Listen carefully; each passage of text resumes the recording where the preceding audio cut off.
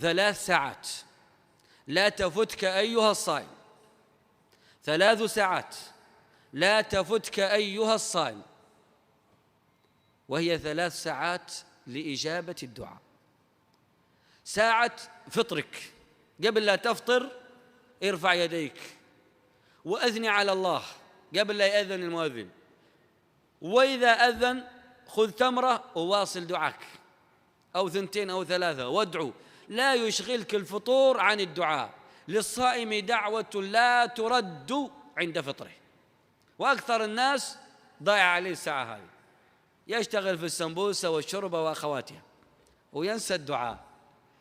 طيب هذه الساعة لا عاد تضيع عليك. الساعة الثانية الثلث الآخر من كل ليلة. صليت التراويح ما معناه تنام إلى الفجر، لا يا حبيبي، ينزل ربنا كل ليلة إذا كان ثلث الليل الآخر فينادي هل من سائل فأعطيه، هل من مستغفر فأغفر له، هل من داع فأستجيب له. قبل ما يأذن الفجر عندك أكلة مباركة اسمها السحور، والدعاء مستجاب عندها لأنها في الثلث الآخر. قل بسم الله وكل ومد يديك يا رب يا رب يا رب وادعو. الساعة الثالثة بعد ما تصلي الفجر لا تروح عند بيتك وتنام، لا، اجلس.